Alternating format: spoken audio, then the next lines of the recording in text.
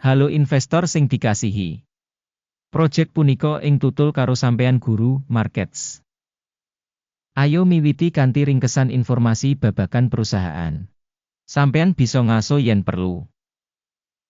Sampean bisa njupuk dipikir nyedaki ing kabeh pratandha saka perusahaan ing pitakonan. Kita bakal nganalisa indikator dasar saiki saka perusahaan The Home Depot, Inc. ticker. Review adhedhasar data wiwit 21 Mei 2025. Miturut klasifikasi Guru Markets perusahaan Home Depot, Inc. kalebu subkategori Retail Store. 10 perusahaan melu analisis, iki luwih utawa kurang wakil. Asil saka kanggo perusahaan sing diteliti yaiku minus 0,5 saka 10 poin. Asil rata-rata kanggo subkategori 0,7 terms. Yen sampeyan ndeleng kanthi wiyar ing kerangka pasar saham kabeh. Bisa dideleng yen skor rata-rata kanggo pasar saham kanthi sakabehe yaiku 1,9 poin. Marang perusahaan minus 0,5 terms The Home Depot, Inc. Bandingake dinamika rega saham perusahaan Home Depot, Inc. lan saham subkategori. Kita bakal weruh sing ing 12 sasi enggo bareng Home Depot, Inc. nuduhake dinamika 10%.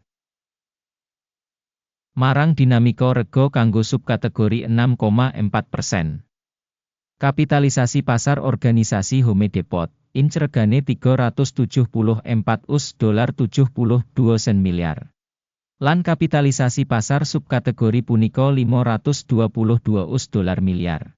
Home Depot, Inc. dadi 71,848% lan minangka pimpinan utama subkategori kasebut. Regane buku perusahaan kira-kira $6,56 sen miliar.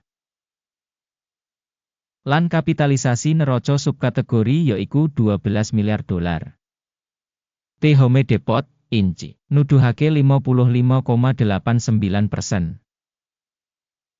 Bandingake saham kapitalisasi pasar lan neraca, kita ndeleng ing ngisor iki. Saham dikuasani Home Depot, Inc. ing subkategori ing kasus taksiran kapitalisasi pasar 71,848%. Regane buku 55,89%.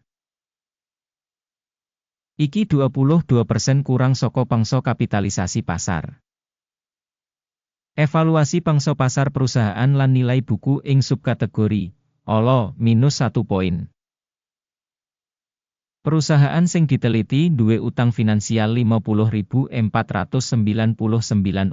miliar. Rasio utang kanggo nilai buku punika 769,8% saka usaha. Taksiran tingkat perusahaan saka kewajiban finansial, ala banget, minus 2 terms. Nilai pasar perusahaan kanggo rasio laba yaiku 25,6.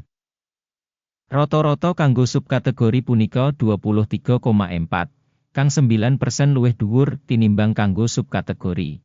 Evaluasi rega pasar kanggo rasio bati dibandingake karo organisasi ing subkategori pasable 0 poin. Media WI kanggo pungkasan 12 sasi ana 14.637 $, mayuta-yuta. Bati sing diproyeksikan kanggo 12 wulan sabanjure yaiku 16.181. Sing 10,5% luwih saka saiki. Taksiran pratandha media WI samestine ing comparison karo perusahaan ing subkategori apik 0,5 terms. Rega perusahaan kanggo rasio revenue punika 2,3. Rata-rata kanggo subkategori yaiku 2, yaiku 15% luwih dhuwur tinimbang ing subkategori. Evaluasi nilai pasar saham perusahaan kanggo rasio revenue dibandingake karo indikator perusahaan ing subkategori pasable 0 poin. Revenue kanggo pungkasan 12 sasi ana 162.930 $, mayuta-yuta. Revenue nerusake kanggo sabanjur 12 sasi samestine $178.48 sen miliar. Iki 10% luwih saka ing wayahe saiki. Taksiran pratandha revenue mangsa samestine dibandingake karo pratandha perusahaan ing subkategori apik 0,5 poin. Marginality punika 9%, karo rata-rata 8,6% ing subkategori. Prabdan antarane rata-rata subkategori lan kinerja perusahaan 0,4%. Assessment margin sales dibandingake karo indikator perusahaan ing subkategori apik 0,5 poin. Saham perusahaan miturut nomor karyawan ing subkategori punika 61,17%. Iki 17% kurang saka nuduhake kapitalisasi pasar. Jumlah ibu kutha, saben pegawai perusahaan, padha karo $797.000, lan kanggo subkategori $679.000. Prabdan antarane rata-rata subkategori lan kinerja perusahaan punika 17,4%. Evaluasi ibu kutha pasar perusahaan saben karyawan dibandingake karo indikator perusahaan ing subkategori pasable 0 poin. Bati perusahaan saben pegawai $31.01. Rata-rata subkategori $29.000. Lan beda antarane rata-rata subkategori lan kinerja perusahaan yaiku 7%. Evaluasi bati saben karyawan dibandingake karo indikator ing subkategori apik 0,5 poin. Volume revenue saben pegawai organisasi punika $347.000. Subkategori $338.000. Prabdan antarane rata-rata subkategori lan kinerja perusahaan punika 3%. Sales saben skor pegawai dibandingake subkategori apik 0,5 terms. Enggo bareng short akun kanggo 1%, dibandingake karo rata-rata subkategori 1,3%. Iki minangka indikator saka risiko remote cendak. Indikator teknis resi 14 nuduhake tingkat 60% kanggo perusahaan Home Depot, Inc. Dene ing subkategori tataran resi 14 59%.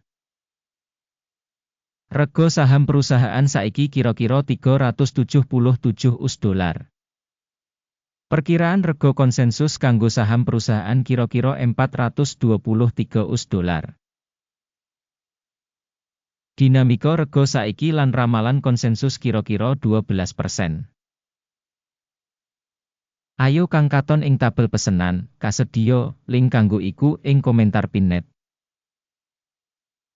Tabel pesenan ngemot kabeh pancasan digawe mangsa iki dening sistem referensi Guru Markets. Akses menyang meja pesenan pancen free lan buka link ing komentar pinnet. Adhedhasar analisis perusahaan Home Depot, Inc. Sistem informasi lan referensi penilaian Guru Markets kaputusan wis digawe. Ojo mbukak pesenan, amarga video iki minangka review. Matur nuwun banget kanggo para rawuh kanggo nonton nganti pungkasan lan nggunakake sistem informasi saka Guru Markets.